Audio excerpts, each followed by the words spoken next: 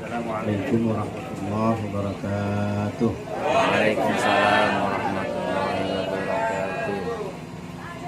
Bismillah, alhamdulillah, wassalatu wassalamu ala rasulillah wa ala alihi review sebentar dari minggu yang lalu ya. Jadi begini, Islam itu, agama Islam itu kan secara sederhana itu kemarin kita bagi menjadi beberapa. Satu, artinya Islam ideal, ya. Kalau bahasa kita kemarin itu Islam ideal. Artinya Islam ideal itu Islam yang ada di dalam teks Al-Quran dan hadis. Dan itu yang tahu itu hanya pemilik Quran dan pemilik hadis itu.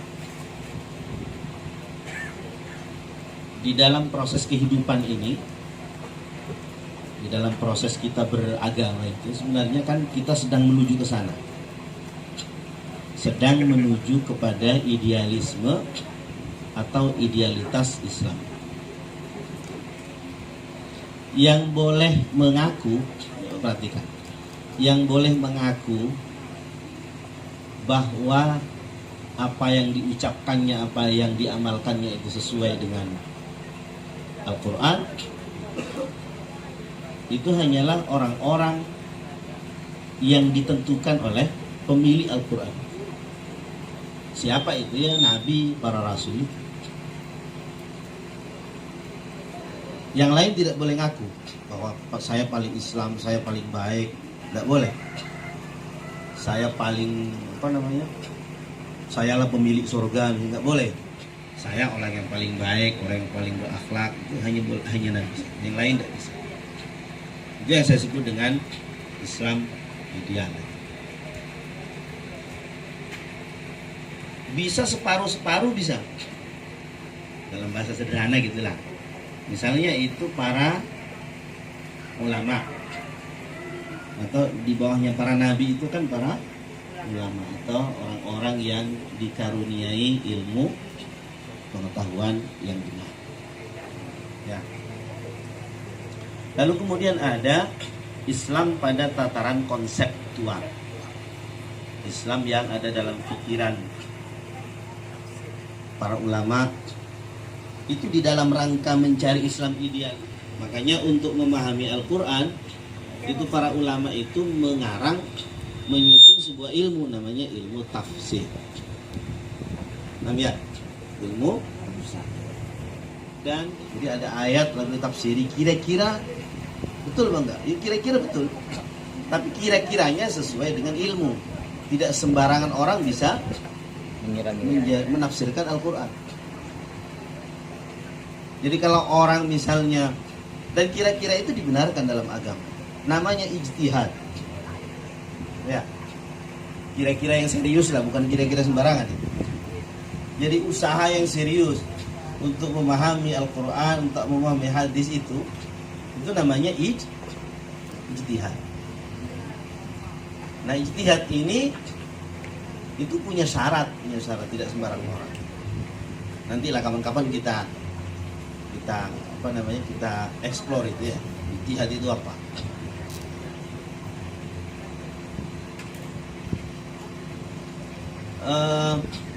Sekarang soalnya banyak orang yang mengaku bisa memahami Al-Quran, hanya bermodalkan terjemahan saja sudah bisa menafsirkan tidak bisa itu.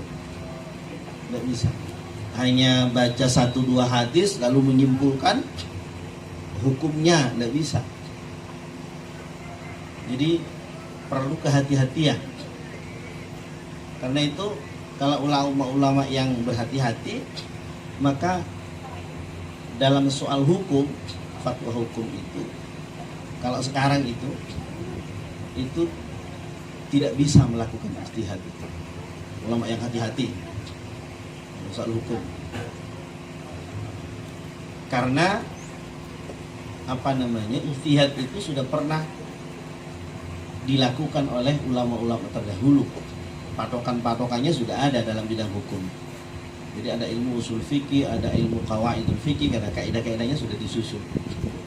Kalau ada hukum-hukum yang ada sekarang, maka cara memutuskannya itu pakai kaidah-kaidah hukum. Dan itu namanya Islam konseptual atau Islam aktual, Islam yang kita lihat sehari-hari. Itu kira-kira bahasanya kalau itu umat Islam. Islam yang ada dan diamalkan sehari-hari oleh umat Islam sendiri. Terus ada bahasa lain, mungkin ini lebih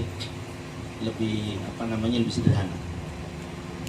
Ada Islam normatif, ada Islam historis. Mari dia.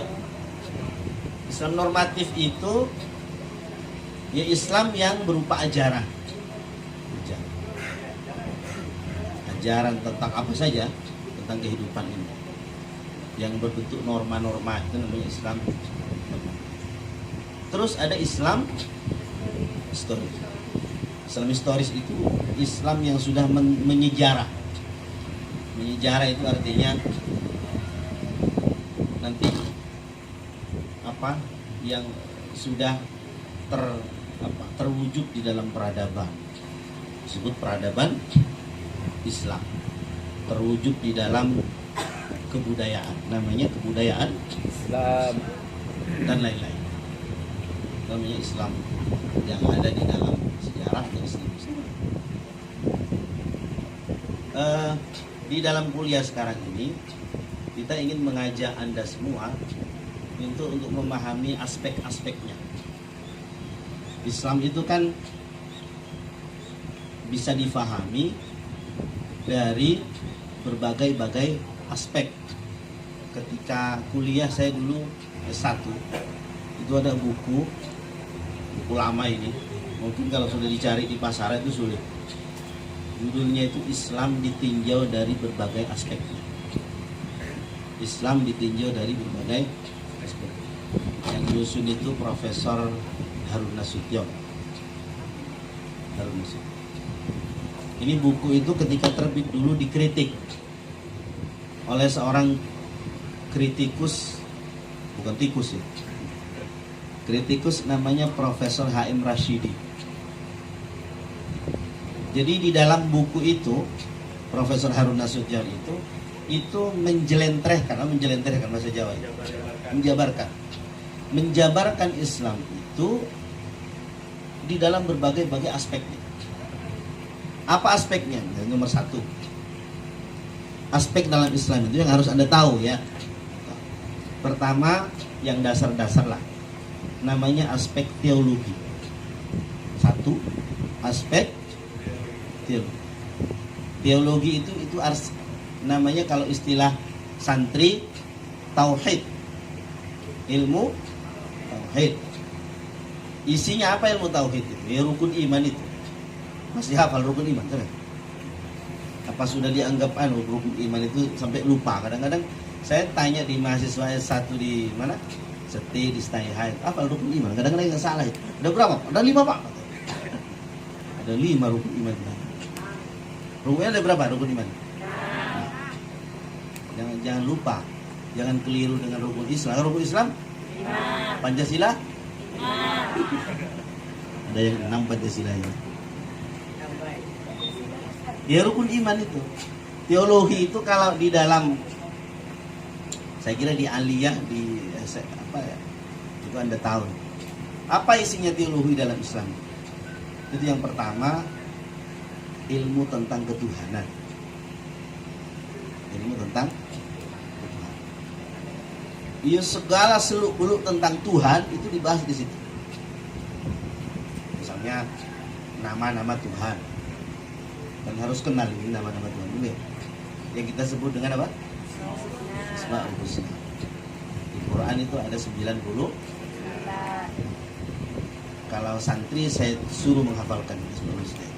Tapi karena mahasiswa Anda tidak usah menghafal. Apalagi jurusannya budidaya, tidak ada hubungannya ke situ. Kalau nama-nama ikan bolehlah dihafalkan ya. nama-nama Tuhan.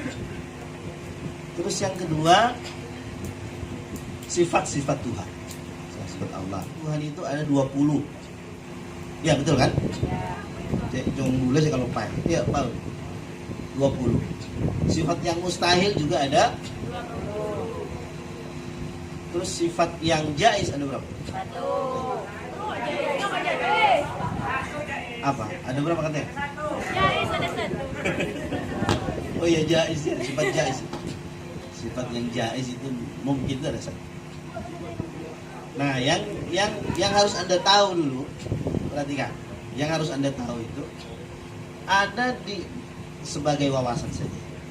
Ada kelompok dalam Islam ini yang menyatakan bahwa sifat Tuhan itu tidak ada.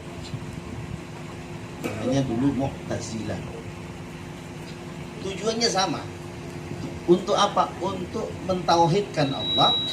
Maka dia, kelompok itu, lalu menganggap bahwa sifat Tuhan itu tidak ada.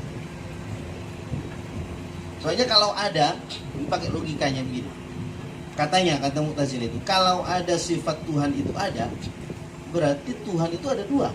Ada dua bagian berarti. Satu zatnya, dua sifatnya. Nah kalau Tuhan itu tersusun dari dua hal, berarti itu bukan Tuhan. Karena dia tidak lagi Maha Yang namanya Esa itu, ya kan? Kalau Tuhan itu Maha Esa. Kenapa Allah disebut Maha Esa? Karena Allah itu satu. Satunya Allah itu artinya Maha Esa itu. Satunya tidak bisa dibagi-bagi lagi. Artinya tidak ada unsur. Beda kalau satunya barang ini misalnya, atau satunya manusia lah. Satunya Desi. Ya. Itu bisa dibagi-bagi, itu bisa dipotong kepalanya jadi satu, kakinya dibagi kan. Atau dipilah-pilah, ada dagingnya, ada darahnya, ada tulangnya, ada rambutnya, ada giginya gitu kan. Itu dibagi-bagi. Kalau Allah itu tidak bisa. Itu namanya, maka Allah itu disebut Maha Esa. Jadi dia atau Allah itu Maha Esa karena dia tidak berasal dari unsur-unsur. Beda kalau makhluk ini, kalau makhluk satu itu kenapa tidak boleh dikatakan Maha Satu? Karena dia satunya itu berasal dari banyak. Dan satunya juga bisa dibagi banyak. Bisa dibagi-bagi lagi. Desi ini asalnya dari siapa? Bapak ibunya. Dari dua malah. Bapak ibunya dari bapak ibunya lagi, kakek neneknya. Rotinya ada berapa? 1. Tapi dia gabungan dari banyak unsur. Ya kan? Kau tak tahu apa itu, ada tepung, ada gulanya, ada menteganya, apa gabung jadi satu. Satu juga namanya. Tetapi bukan Maha Satu. Kenapa Allah disebut Maha Satu? Itu karena Allah itu hanya tidak berasal dari, tidak ada asalnya, tidak ada huwal awwalu wal akhir. Ya. Dia Maha Dahulu, tidak ada yang mendahului. Nah, Mu'tazilah itu beranggapan bahwa sifat Allah itu tidak ada. Kenapa tidak ada? Kalau ditanya, kalau Allah ada sifatnya, sifat itu qadim apa tidak? Apa qadim itu ya? Dahulu apa tidak? Dahulu kan? Nah, tidak mungkin zatnya saja ada tapi sifatnya tidak ada, kan tidak mungkin. Apalagi Tuhan. Tuhan itu ada zatnya tapi sifatnya tidak ada, tidak mungkin. Kalau Allah itu ada sifatnya, mesti sifat itu bersamaan dengan zatnya. Tidak mungkin lebih dahulu ada, enggak bisa dibayangkan dah. Sifatnya dulu baru zatnya ada. Artinya api, panasnya dulu, apinya belakangan, enggak mungkin lah. Atau apinya dulu, panasnya belakangan. Enggak mungkin itu, mesti sama. Jadi kata Mu'tazilah, kalau Allah itu diberi sifat, berarti Allah tersusun dari dua unsur yang sama-sama qadim. Ngerti, tak ngerti. Jadi saya ngomong paham ya? Tak ngerti. Apal-apal dari ada kaburi tak ngerti ya. Karena itu kata Mu'tazilah, kalau begitu untuk mengesahkan Allah sebaiknya Allah tidak usah sifat. Kelompok Mu'tazilah ini terkenal dengan sebutan nafyus sifat. Jadi kelompok yang menegasikan sifat-sifat Allah. Jadi kalau kita di Ahlus Sunnah ini, Allah ya'lamu bi'ilmihi. Ya, Allah mengetahui dengan sifat ilmunya. Allah mendengar dengan sifat mendengar. Allahu yasma'u bisam'ihi. Allahu yubsiru bibasarihi. Ya. Apalagi? Allahu yaqdiru biqudratihi. Jadi Allah itu berkuasa dengan sifat kuasanya. Kalau kita gitu kan. Tapi kalau Mu'tazilah karena Allah itu menganggap tidak ada sifatnya Allah, maka Allahu ya'lamu bidzatihi. Bidzatihi semua. Allahu yaqdiru bidzatihi, bukan biqudratihi, karena kudratnya enggak ada. Allahu yasma'u bidzatihi. Allah itu mendengar dengan zatnya, bukan dengan sifat mendengarnya. Paham ya? Itu Mu'tazilah, sekedar tahu saja. Tapi kalau Mu'tazilah itu sekarang sudah tidak ada kelompok. Tapi kalau cara berpikirnya itu banyak yang mewarisi. Termasuk kelompok-kelompok liberal itu sekarang banyak sekali kan. Dan ada baiknya juga kadang-kadang, jangan Anda jangan antipati. Yo sesat nggak belum tentu juga. Ya. Jadi penting juga dibaca. Dah, Tuhan itu ada namanya, ada zatnya, ada sifatnya, terus perbuatannya, bisa berbuat banyak. Ini dibahas di dalam ilmu teologi. Di sini tidak mungkin membahasnya secara panjang lebar, cukup memberi wawasan saja. Ya. Contoh begini, kalau saya lagi ini buku kan, saya jatuhkan buku itu.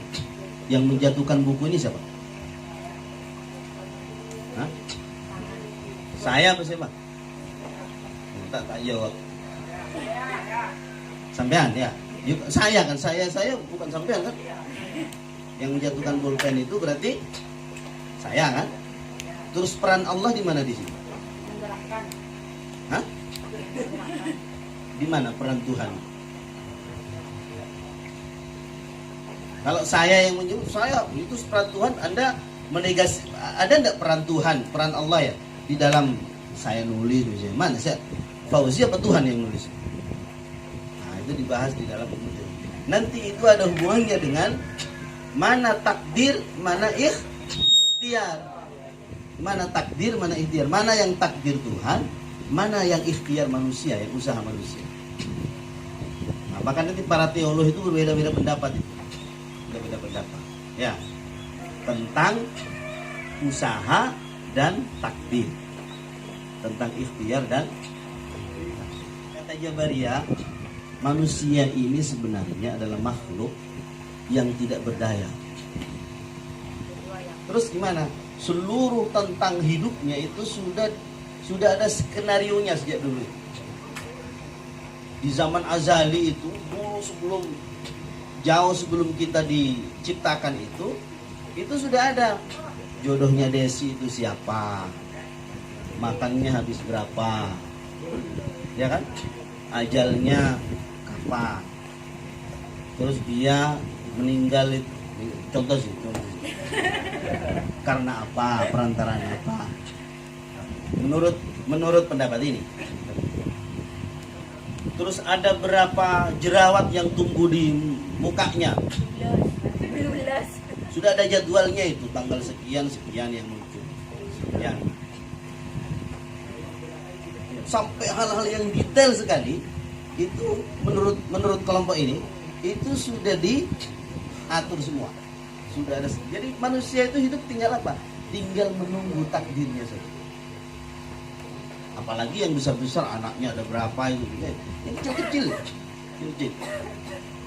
Nyamuk yang hinggap di tubuhnya Desi itu bulan ini ada berapa? Kawan. Sampai yang detail-detail itu jatuh pohon apa namanya, rantingnya yang jatuh tanggal berapa, detik ke berapa ya, itu ada jadwal sini menurut kelompok. Jadi manusia itu hanya menjalani takdirnya saja. Itu namanya dalam apa namanya, dalam teologi disebut kelompok Jabar. Nah, tetapi itu kalau dilihat dari apa namanya, dari sejarah aliran Jabariyah ini itu muncul karena rekayasa politik. Dulu ketika penguasa zaman dulu itu, sejak munculnya itu, cari cara itu bagaimana supaya kekuasaannya tetap langgeng. Ya, ada penguasa supaya kekuasaannya tetap langgeng, maka dia cari pembenaran lewat agama dengan cara memunculkan kelompok namanya Jabar. Gimana caranya? Dia lalu menghubungi para kiai, para ulama itu, lalu kemudian bilang pada mereka, para ulama semua, coba carikan cara. Ulama-ulama yang bisa dibeli itu mungkinlah yang bisa disuruh gitu. Jadi akhirnya nanti dia beri apa namanya, kasih tahu sama rakyatnya, saya jadi pemimpin itu sudah takdir Allah. Sampean jadi rakyat itu sudah takdir Allah. Maka jangan pernah coba-coba merubah takdir itu. Kalau sampean miskin itu sudah takdir. Saya kaya itu takdir. Jangan pernah mencoba-coba untuk merubah takdir. Itu sudah nasibnya sampean, itu nasib saya. Jadi legitimasi dengan ada. Nah, karena itu maka muncul kelompok berikutnya. Setelah itu kan, namanya kelompok Qadariyah. Qadariyah itu apa? Qadariyah itu yang percaya bahwa sebaliknya dari itu. Kalau tadi itu disebut tesis, ini antitesisnya itu adalah Qadariyah. Apa percayaannya? Kata Qadariyah itu, manusia itu bertanggung jawab penuh dan punya kebebasan yang penuh untuk mengatur hidupnya. Tuhan tidak ikut campur. Jadi kalau sampean bodoh ya karena sampean nggak belajar, tidak ada hubungannya dengan takdir itu. Kalau sampean miskin karena sampean malas nggak bekerja. Kalau sampean jadi lemah, ya memang karena sampean mau lemah sendiri. Itu kata Qadariyah. Nah sekarang yang betul yang mana? Yang betul yang pertama dulu ya. Kalau misalnya sampean namanya siapa? Rawi. Hah? Rawi. Pak Rawi bilang gini. Sudahlah, enggak usah repot-repot. Sampean sama adiknya atau sama ibu, atau usah repot-repot bu, mon kinto make kinto napa aka Malaysia Singapura mulara cikina samantu ya samantu. Betul. Nah, oke, betul. Sekarang pernyataan yang kedua. Ya. Bu. Bu, jangan kalek nah, siapa Rawi tadi ngomong sama adiknya ya. Dik, belajar Pak rajin supaya pandai, ya. Belajar yang jadi supaya jadi orang pandai. Setelah itu kamu nanti cari kerja. Terus kerjanya yang rajin supaya jadi orang berhasil, orang sukses, orang kaya. Yang ini betul nih. Loh, kok dua pernyataan yang bertentangan kok betul semua ya? Ya kan? Jadi di sini kemudian ada pendapat yang ketiga namanya teologi ahli sunnah wal itu yang memadukan dua ekstrim tadi. Ya. Jadi kalau di ahli sunnah itu ya yang biasa diikuti dalam tradisi kita itu manusia itu punya kebebasan. Allah itu punya takdirnya. Ya, tetapi manusia itu punya kebebasan, diberi kebebasan. Dalam teologi Asy'ari namanya teori kasab. Kasab. Jadi manusia ini diberi oleh Allah kemampuan untuk berusaha, kemampuan untuk memilih. Ini yang baik, ini yang tidak baik, ini yang agak baik, ini yang buruk. Ya, diberi kemampuan untuk memilih. Itulah kenapa manusia itu diminta dituntut pertanggungjawaban besok. Nah, kalau kayak Jabariyah tadi itu, ya, siapa yang salah itu? Misalnya besok kalau dituntut oleh Allah ini takdirnya sampean semua Tuhan. Saya miskin ya karena sampean, ya kan? Saya bodoh ya karena jenengan kan. Udah takdir untuk apa saya dituntut kan? Gitu ya. Nah, yang membuat manusia itu bisa dituntut dan dipertanggungjawabkan itu adalah karena manusia diberi kemampuan, diberi dalam teologi Asy'ari disebut teori kasab.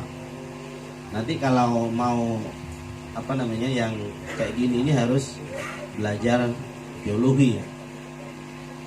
Kalau di sini hanya sekilas ya. Terus ya aspek yang kedua di dalam teologi masih segala sesuatu tentang Tuhan. Yang kedua tentang nubuat tentang kenabian. Misalnya begini,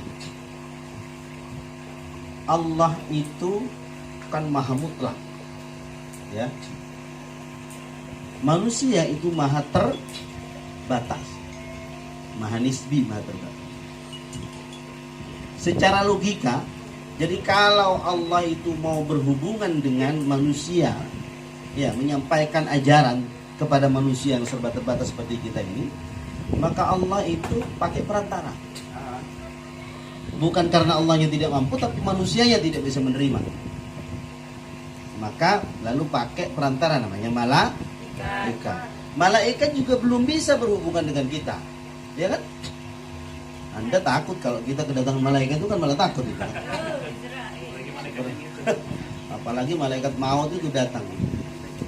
Nah, lalu kemudian Allah menunjuk lagi figur-figur tertentu namanya para rasul dan para nabi. Baru nyampe kepada kita-kita. Nabi itu adalah manusia biasa. Yang sakit, yang makan, minum seperti biasa kan? Barusan ada heboh ketika Gus Muwafiq itu. Ya, Gus Muwafiq itu pernah bilang, ini karena sebenarnya itu untuk menunjukkan kemanusiaan Nabi, maka beliau bilang ya Nabi itu manusia biasa. Kalau rezekinya segitu ya sudah segitu. Betul? Betul enggak? Betul. Nah, oke, betul. Sekarang pernyataan yang kedua. Ya. Bu. Bu. Jangan ke Alekna, siapa rawi tadi? Ngomong sama adiknya ya. Dek, belajar parajin supaya pandai, ya. Belajar yang jadi supaya jadi orang pandai. Setelah itu kamu nanti cari kerja, terus kerjanya yang rajin supaya jadi orang berhasil, orang sukses, orang kaya.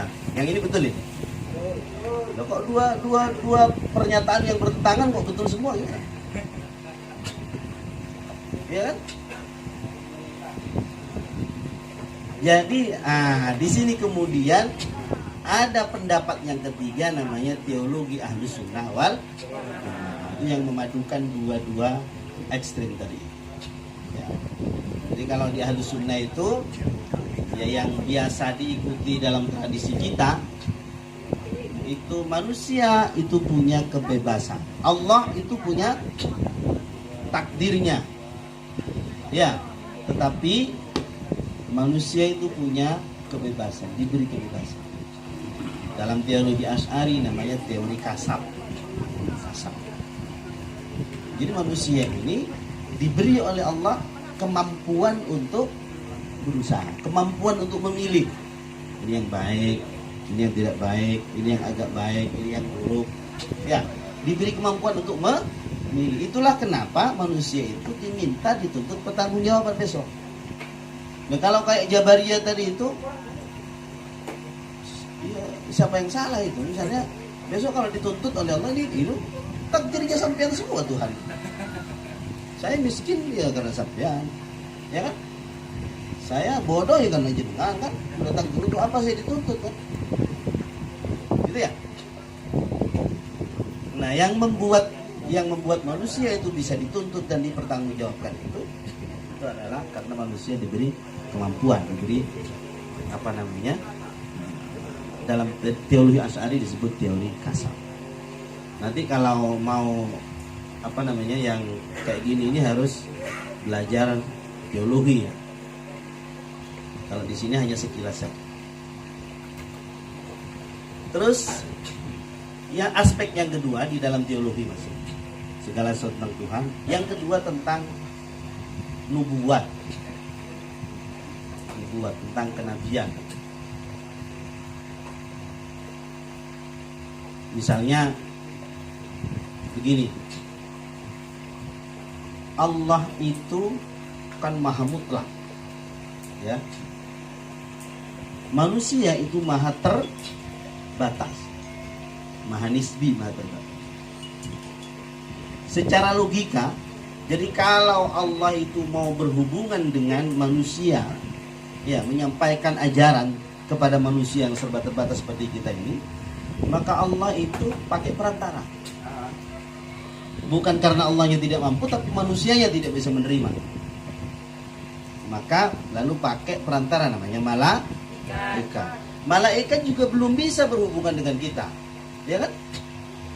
Anda takut kalau kita kedatangan malaikat itu kan malah takut itu. Apalagi malaikat maut itu datang. Nah, lalu kemudian Allah menunjuk lagi figur-figur tertentu namanya para rasul dan para nabi. Lalu nyampe kepada kita. Nabi itu adalah manusia biasa, yang sakit, yang makan, minum seperti biasa kan. Barusan ada heboh ketika Gus Muwafiq itu, ya, Gus Muwafiq itu pernah bilang, ini karena sebenarnya itu untuk menunjukkan kemanusiaan Nabi, maka beliau bilang ya Nabi itu manusia biasa, terlalu ingin menjelaskan itu, sehingga Nabi itu belean itu, jangan awasengan, abiloon, apa gitu. Nah, lalu kemudian mungkin kepleset itu saja, jadi rame kan. Padahal maksudnya itu Gus Muwafiq itu ingin menjelaskan, menegaskan bahwa Nabi itu manusia biasa. Yang plus kan, secara fisik beliau itu adalah manusia biasa. Dan Quran bicara seperti itu. Basyarun di Quran. Apa ayatnya itu? Basyarun mithlukum yuha ilayya. Qul ana basyarun mithlukum. Qul ana basyarun mithlukum yuha ilayya. Yuha ilayya kan? Basyar itu artinya secara biologis Nabi itu basyar. Basyar itu artinya makhluk biasa seperti kita. Bisa sakit, bisa apa? Bisa makan, minum, kenyang, lapar, ya kan? Sehat, bisa sakit, ada batasnya, sama dengan kita. Kembali ke yang tadi ya. Jadi salah satu yang dibahas dalam ilmu teologi itu namanya bab tentang kenabian, termasuk partnernya Nabi namanya malaikat. Iya, partner namanya malaikat. Terus ada lagi misalnya dibahas dalam kenabian itu wahyu, tentang wahyu. Apa itu wahyu itu sebenarnya? Wahyu itu sesuatu yang datang dari Allah, petunjuk dari Allah yang datang kepada para nabi dan para rasul namanya wahyu. Terus ada lagi mukjizat. Mukjizat itu apa? Sesuatu yang istimewa yang diberikan kepada nabi dan rasul namanya mukjizat. Terus kalau diberikan kepada para wali, para orang-orang yang dikasihi Allah yang bukan nabi, itu namanya karamah. Ya. Kalau orang biasa seperti kita, apa namanya? Ma'unah. Udah tahu semua. Yang membedakan apanya? Orangnya yang membedakan. Yang menerima itu yang membedakan. tahu itu kalau mukjizat ya, kalau nabi ya, kalau orang biasa seperti Kiai Mustafa tidak akan pernah menerima mukjizat. Karamah beliau karena kiai ya. Orang seperti saya ya maunah, orang biasa kan. Di sampean itu. Nah. Dan apa lagi ya tentang kenabian? Itulah sementara dulu, tidak usah banyak-banyak. Terus tentang ruhaniyah. Ruhaniyah itu makhluk rohani. Itu dibahas juga dalam aspek teologi. Rohaniyat itu apa? Ya, apa makhluk rohani itu? Malaikat, ya kan? Setan, jin, dengan seluruh variannya itu kan. Secara tradisi banyak variannya kan? Setan, jin itu kan aslinya itu. Kalau varian-variannya itu sesuai dengan tradisi masing-masing. Mundina imunte anak. Apa lagi? Kotan-kotan. Apa? Jerengkong. Boleh Pak? Orang celeng atau orang sini sal. Orang celeng, orang kokok, monitasi namanya orang. Oh, iya. Akhirnya masyarakat itu sesungguhnya itu setan jin itu, ya kan?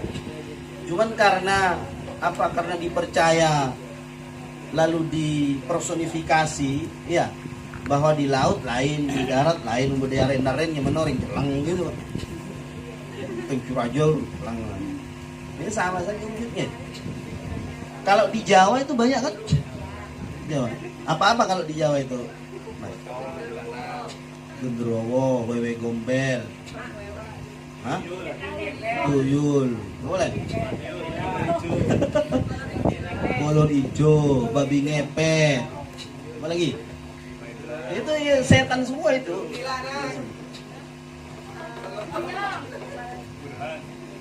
Kalau Anda mau baca itu, ada di antropologi itu, yang saya bilang di minggu yang lalu itu ada bukunya Clifford Geertz. Judulnya itu The Religion of Java. Nah, kalau terjemah bahasa Indonesia yang sudah terjemahkan itu santri, abangan, dan priai.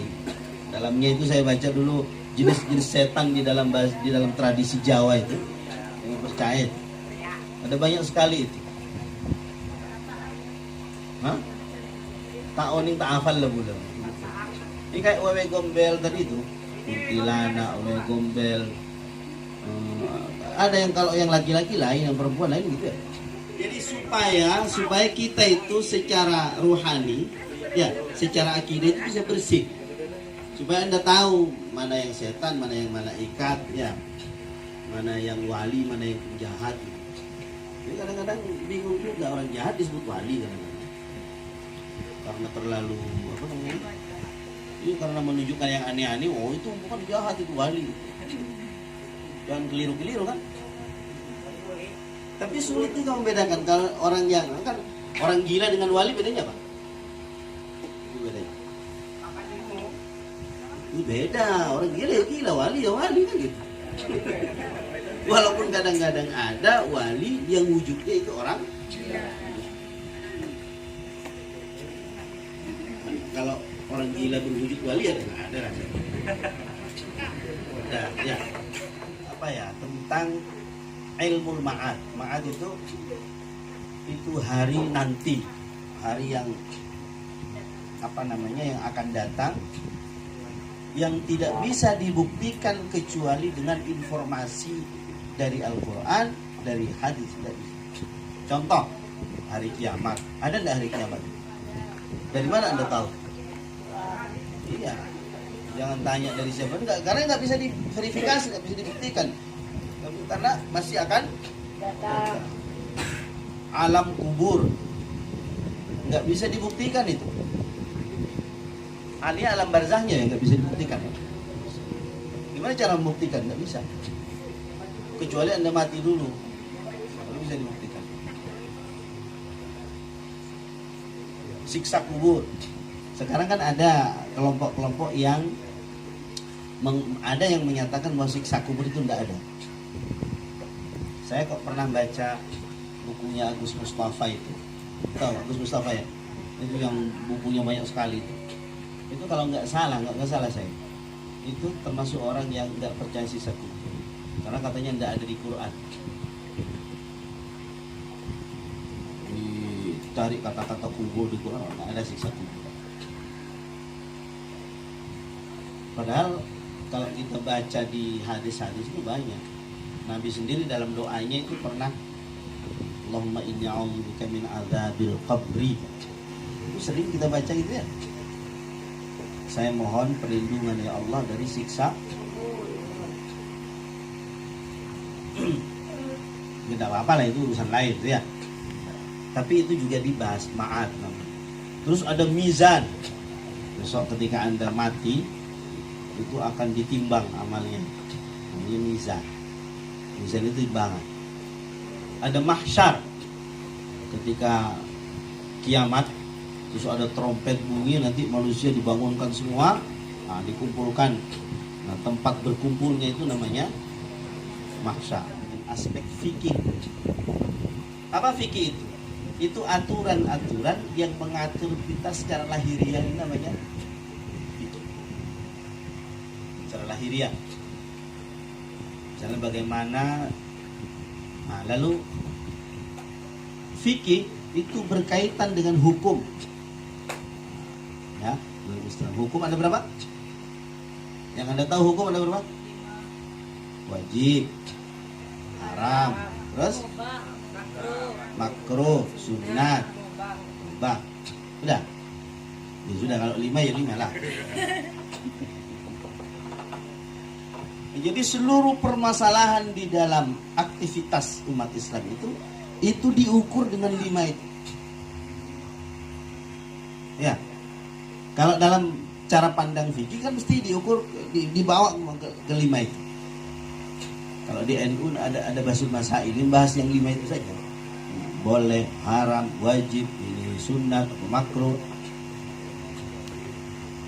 Dikembalikan ke itu semua. Nah, fikih itu mengatur yang di luar, aspek-aspek yang di luar itu yang di situ. Apa hukumnya menjual apa namanya sekarang yang banyak dicari, bekicot, atau belum punya orang nyari beringkat gitu. Itu di basul masail kan itu. Hukumnya menjual gimana? Terus hukumnya mencari gimana? Apa hukumnya orang ngobu ajam atuan? Ya, Pak, ajam atuan dah. Ngobu, ndak ngadu enggak? Ngobu. Mulai raja jual ke tukang aduna. Ya, ada yang bilang nggak apa-apa, kan nggak ikut ngadu Pak katanya. Tapi ada lagi yang buat, kalau memang itu ayam itu, ya, kalau memang ayam itu diketahui bahwa itu akan diadu, dibeli oleh orang, harganya berapa? 700. Ada ndak orang beli ayam 700 untuk disembelih? Dan goblok juga kan? Paling bagus beli ayam kampung yang murah itu, beli ayam 1 juta untuk disembelih, pasti untuk di. Nah, kalau sudah tahu begitu, ada yang bilang gini, tidak boleh itu dijual pun sudah haram. Itu kalau yang hati-hati begitu. Ya. Apa hukumnya orang operasi ganti kelamin?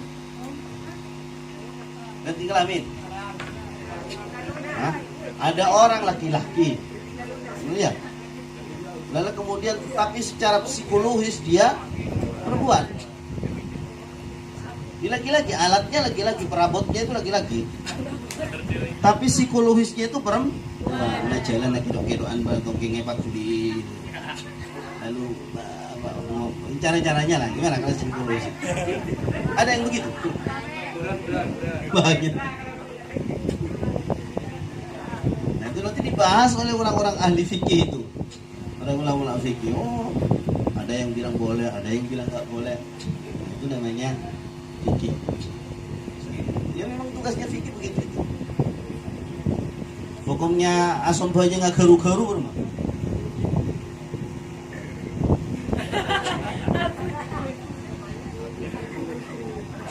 Nah, ini teliti oleh Nah, katanya kalau bergerak, nah itu ada aturan di fikih itu ya. Kalau yang namanya bergerak itu yang tidak lebih daripada 3 kali. Kalau 2 kali belum, masih ditoleransi. Atau katakan ada yang berulang-ulang berpendapat, kalau hanya jarinya saya yang bergerak nggak apa. Walaupun berulang-ulang sampai 20 kali nggak apa-apa ini katanya. Itu dibahas di fikih. Ya memang tugasnya orang ahli fikih begitu. Ada kemarin contoh Gus Baha itu di ceramahnya itu pernah bilang gini, kita itu kadang-kadang mazhab Syafi'i itu nggak konsisten kan? Kenapa nggak konsisten? Kalau ada orang lagi sholat lalu ketelan satu butir nasi, batal enggak? Batal ya?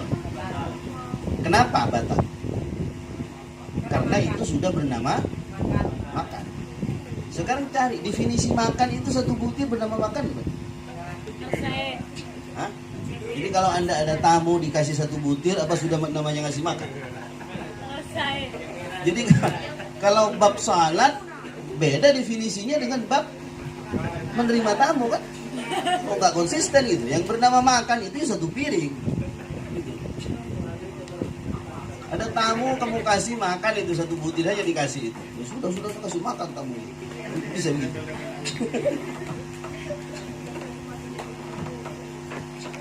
Jadi saking berhati-hatinya para ulama sampai satu butir pun itu dianggap makan.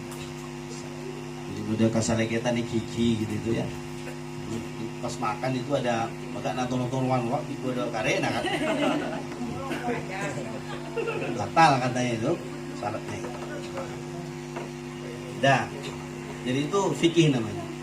Fikih itu mengatur aspek-aspek yang di luar. Nah, aspek selanjutnya yaitu apa ya? Yang lain lagi. Aspek akhlak. Nah, akhlak. Akhlak itu apa kalau dalam bahasa tasawuf itu etika. Ya. Habis waktunya. Kabel mana? Namanya etika. Itu namanya akhlak itu banyak sekali namanya itu. Apa saja itu? Ada akhlak, ada tata krama, ada apa lagi? Yang mirip-mirip itu? Hah? Sopan santun. Apa lagi? Tingkah laku enggak lah sih. Ada etiket. Ya. Kalau etika itu basisnya itu filsafat. Kalau sopan santun itu basisnya itu masyarakat. Karena kadang-kadang sopan di sini dianggap di tempat lain tidak sopan ya kan. Contoh misalnya orang Madura kalau dipegang kepalanya itu marah itu. Dianggap apa itu cangkolang ya. Tapi kalau orang Barat enggak. Ya. Kita lihat di TV kalau salah main sepak bola jatuh kan dipegang kepalanya gitu. Enggak marah. Tapi kalau orang Madura jangan ya. Carok dianggap itu karena ini dianggap mahkota ya. Orang Arab itu kalau orang Arab lain orang Arab itu. Yang paling marah kalau dipegang sini. Tongking. Tapi orang lebih ini larang marah juga ya. Jadi orang laki-laki juga marah orang Arab itu pegang sini marah. Tidak tahu kenapa. Mungkin karena pabriknya di situ. Jadi kadang-kadang sopan di tempat lain. Jadi itu namanya sopan karena bahasanya sopan. Nah kalau dalam agama kesopanan itu namanya akhlak. Nah kalau ditarik dari istilah yang umum secara ideal, maka seluruh ajaran agama itu masuk di dalam tadi syariat juga masuk di dalam akhlak. Nah, karena Nabi itu diutus itu untuk menyempurnakan innama bu'itsu liutammima makarimah akhlak semua itu. Jadi pengertian akhlak itu luas sekali. Tetapi kalau dalam aspek-aspek itu kalau saya biasanya mengibaratkan gini. Kan di dalam Islam itu ada trilogi yang harus kita pahami itu. Yang pertama namanya iman. Yang tadi teologi itu. Terus yang kedua ada Islam. Yang ketiga itu namanya ihsan. Ihsan. Saya biasanya selalu mengibaratkan gini, ya, perhatikan. Kalau iman itu ibarat sebuah gedung itu, iman itu adalah pondasi. Pondasi yang di bawah ini. Ada yang pondasinya yang kelihatan, yang nggak kelihatan kan? Yang penting dasarnya itu namanya pondasi atau fundament kalau dia. Itu berasal dari bahasa Inggris fundament ya. Yang fundament. Fundamental. Fundament. Nah, terus bangunan di atasnya itu namanya Islam. Bangunannya itu namanya Islam. Jadi tidak mungkin sebuah bangunan itu didirikan lalu kemudian tidak ada fundamennya, tidak ada fondasi. Bisa, tetapi akan rapuh. Iya kan? Iya. Nah, teman-teman sekalian begini. Bangunan itu bisa ditempati, tetapi untuk bisa ditempati tidak usah susah-susah. Sebuah rumah misalnya, untuk bisa ditempati kan tidak usah susah. Dipakai seadanya aja bisa. Tabingna pangpangna, pilarnya itu pakai pohon pisang saja lah. Bisa ditempati kan? Bisa ya. Lalu tabingna nganggui koran saja. Bisa ditempati kan? Atau banner banner bekas-bekas itu udah jadi tempat. Papol kalaupun kalaras pun sudah bisa. Ya. Atapnya itu pakai apa kira-kira atapnya?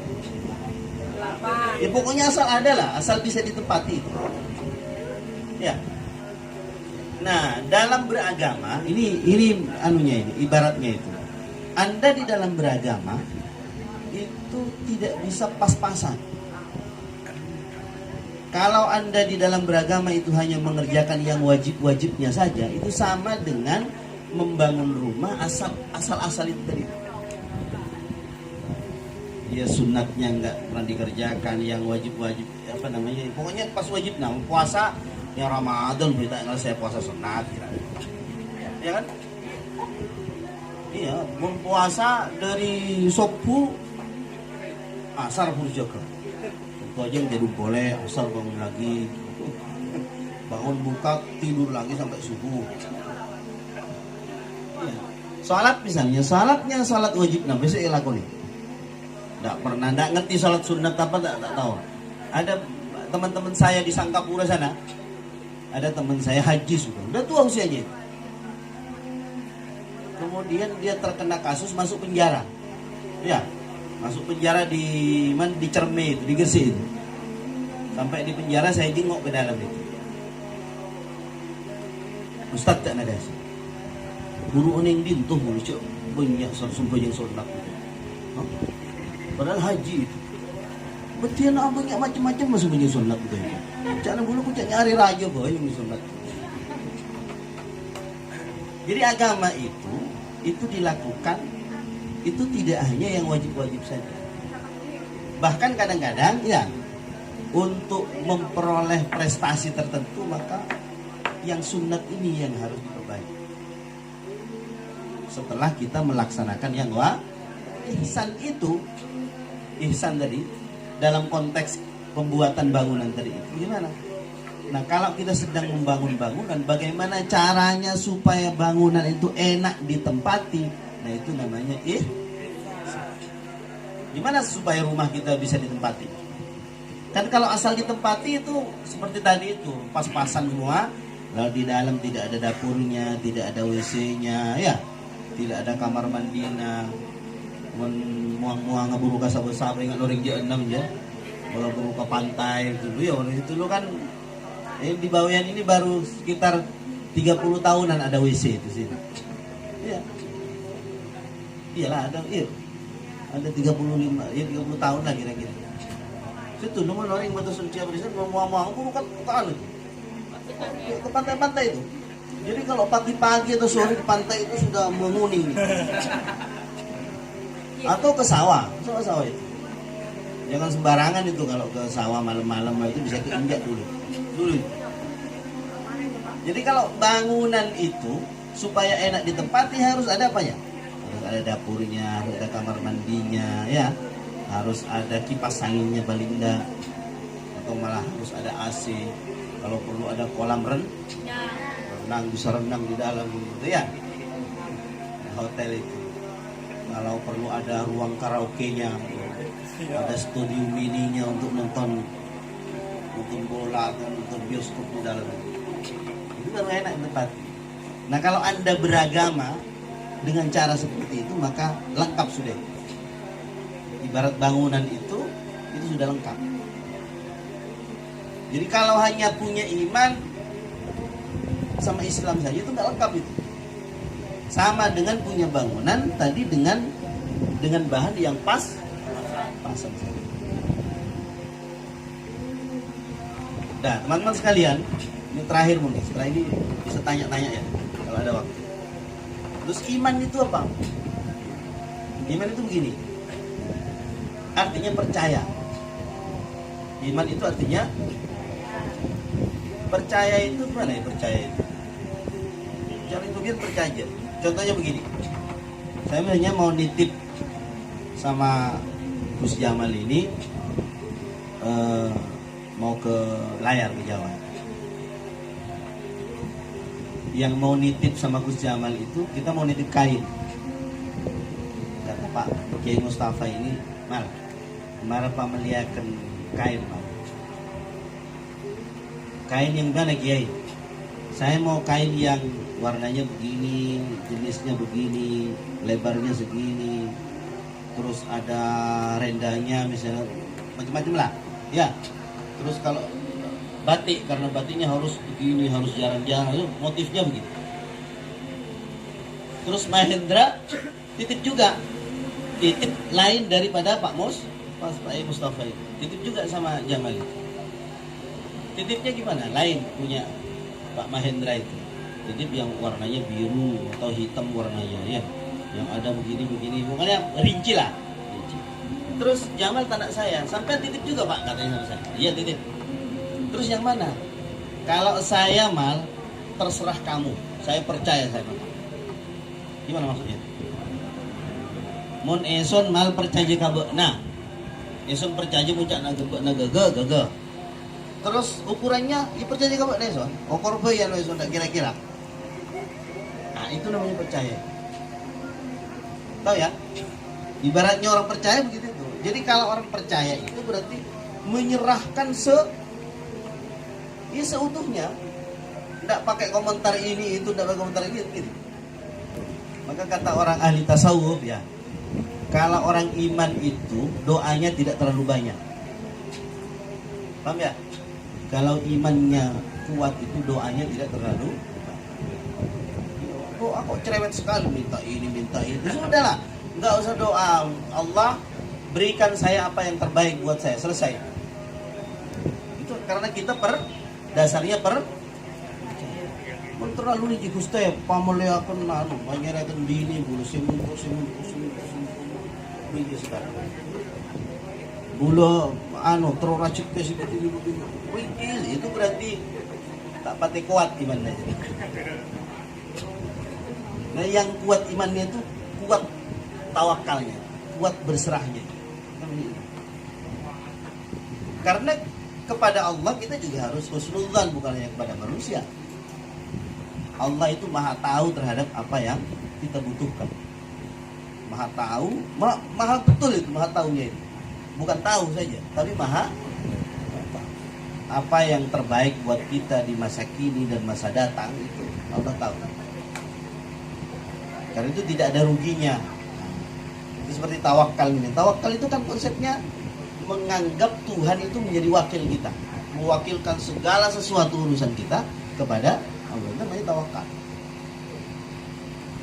Dan orang yang baik ketika mewakilkan itu tidak terlalu ngatur pada wakilnya. Harus begini, harus begini, harus begini. Nggak mau wakilnya itu berkang dia. Jadi berapa aspek itu tadi? Yang lain masih banyak, nanti minggu depan ya. Aspek akidah, ada aspek syariah, kemudian aspek. Saya kira itu saja. Kalau mau tanya silakan. Kalau menurut saya bisa dirubah. Tapi yang merubah kan Allah sendiri kan, ya kan? Makanya kita disuruh berdoa, ya. Itu untuk merubah takdir itu. Ada doanya Nabi itu. Allahumma inni a'udzubika min jahdil bala wa daraqis syiqa wa su'il qada.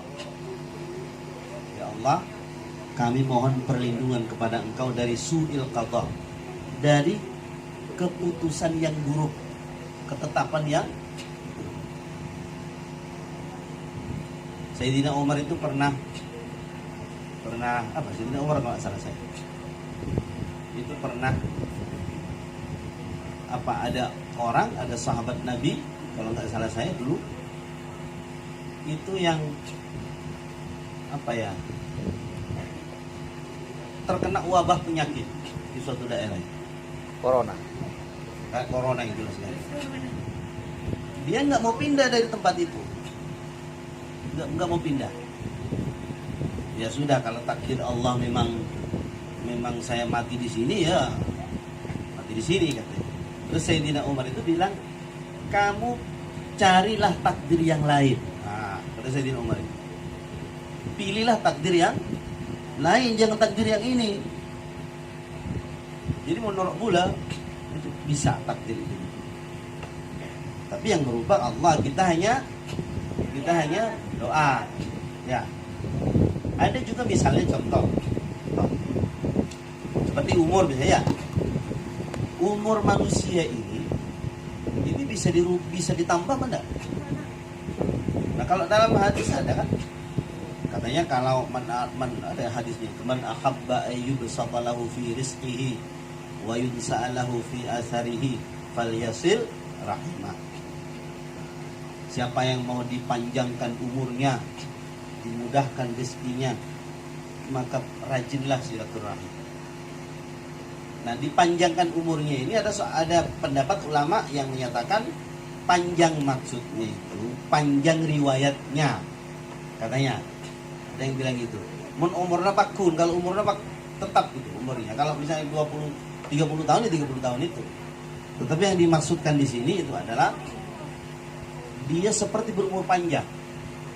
Karena jasanya, mungkin karena riwayat hidupnya, karena kebaikannya. Tetapi ada juga ulama yang berpendapat bahwa ini yang lebih kuat saya kira. Ini memang anunya diperpanjang umurnya. Asalnya diputuskan oleh Allah 40 tahun karena silaturahim yang ditambah 10 tahun, kasih bonus lagi, ada perpanjangan waktu. Ya. Jadi kalau gitu bisa lah takdir itu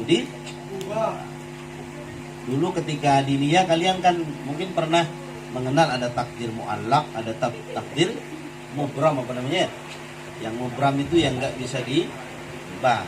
Kalau yang mu'allaq itu digantungkan kepada perbuatan kita. Tadi sampean kan menjelaskan bahwa ijtihad untuk Islam konseptual sudah tidak ada. Maksudnya untuk zaman sekarang ini tidak bisa dilakukan. Ojan. Jadi pertanyaan saya, ya. Jadi saya mau nanya, kenapa zaman now tidak memungkinkan untuk melakukan ijtihad dalam Islam konseptual sehingga segala permasalahan yang terjadi saat ini harus mengikuti hukum-hukum yang sudah diketok palu pada zaman itu. Banyak ijtihadnya itu dalam bentuk yang lain, bukan ijtihad seperti yang dilakukan oleh para imam dahulu. Kenapa yang alasannya bahwa ijtihad itu begitu dibatasi? Karena hampir semua masalah itu sudah masuk di dalam ijtihadnya ulama-ulama dahulu. tentu ya memerlukan usaha-usaha yang baru. Sekarang kan banyak kejadian-kejadian baru. Misalnya dulu bank dulu nggak ada, sekarang ada.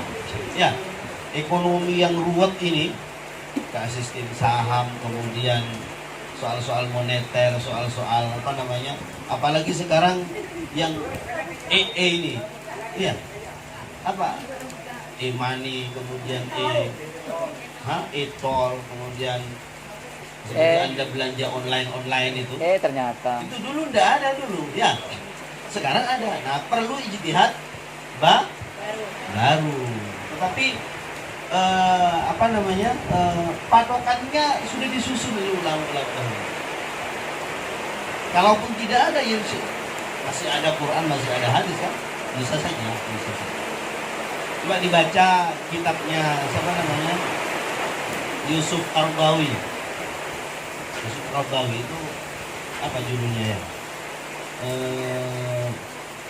Kalau terjemahannya itu ijtihad modern.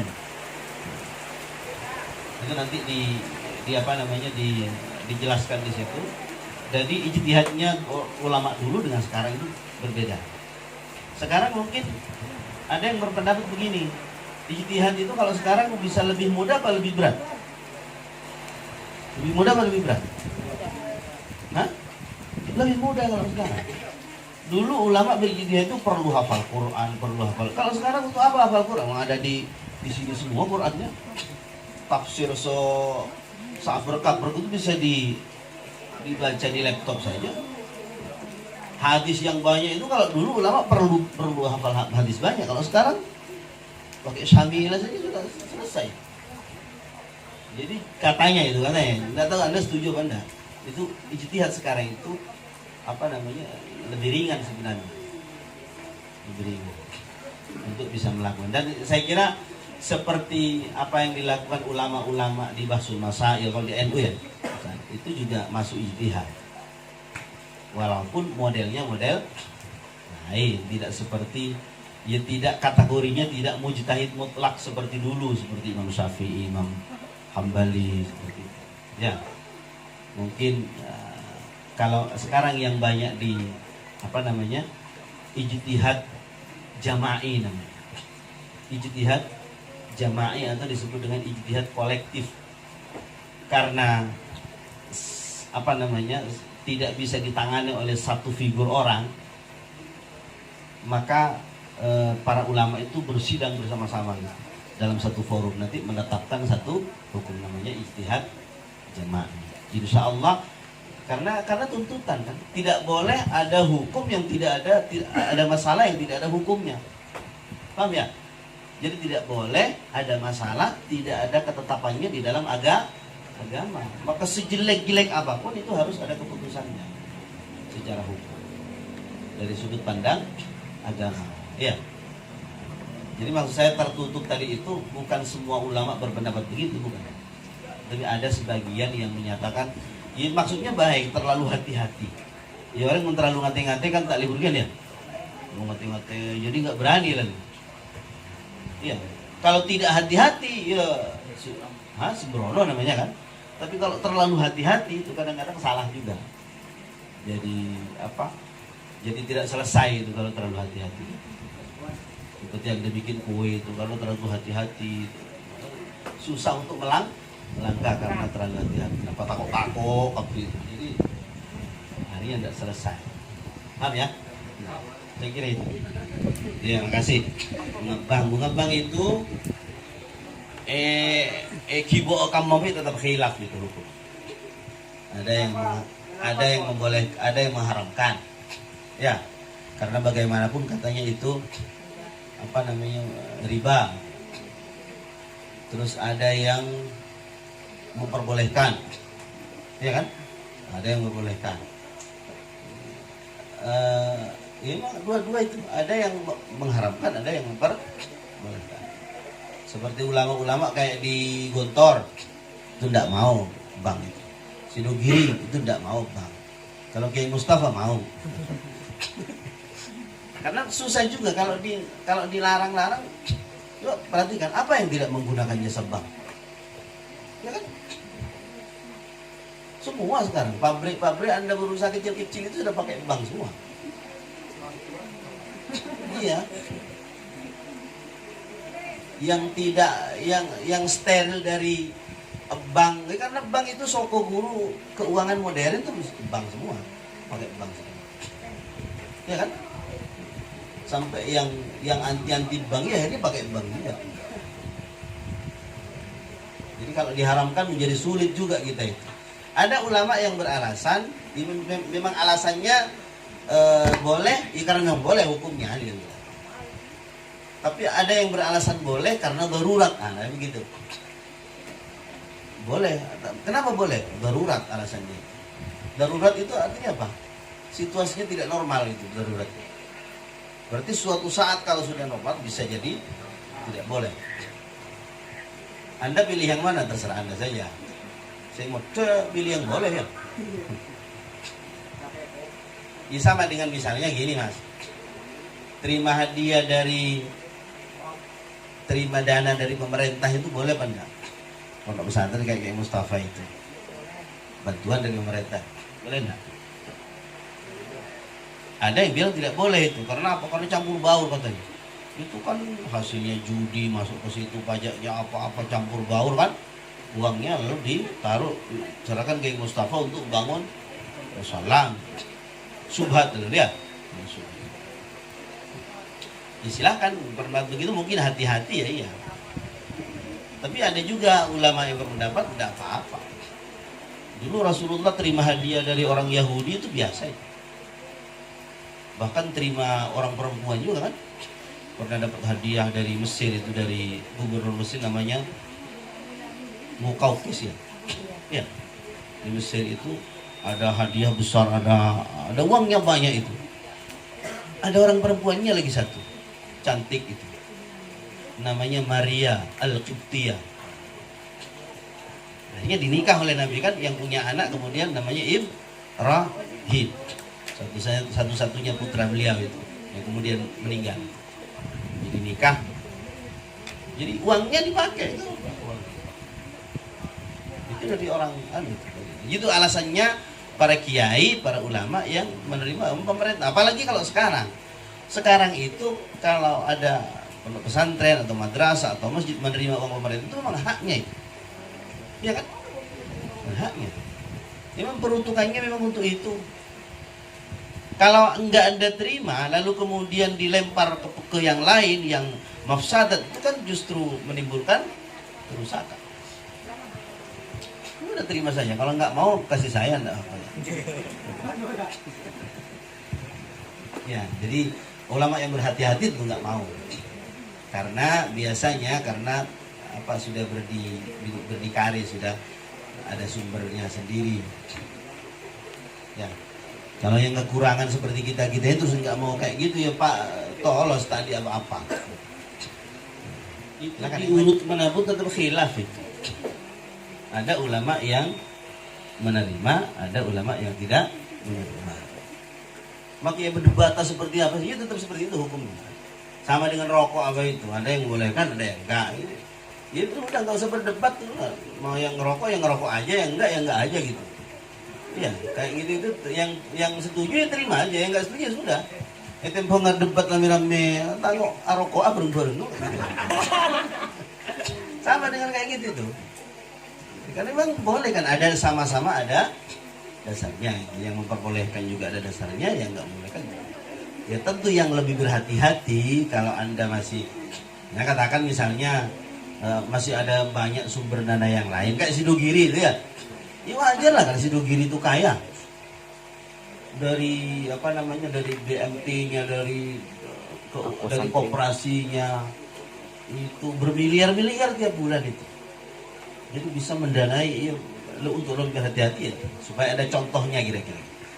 Kayak Gontor itu lembaga wakafnya itu sudah luar biasa dananya.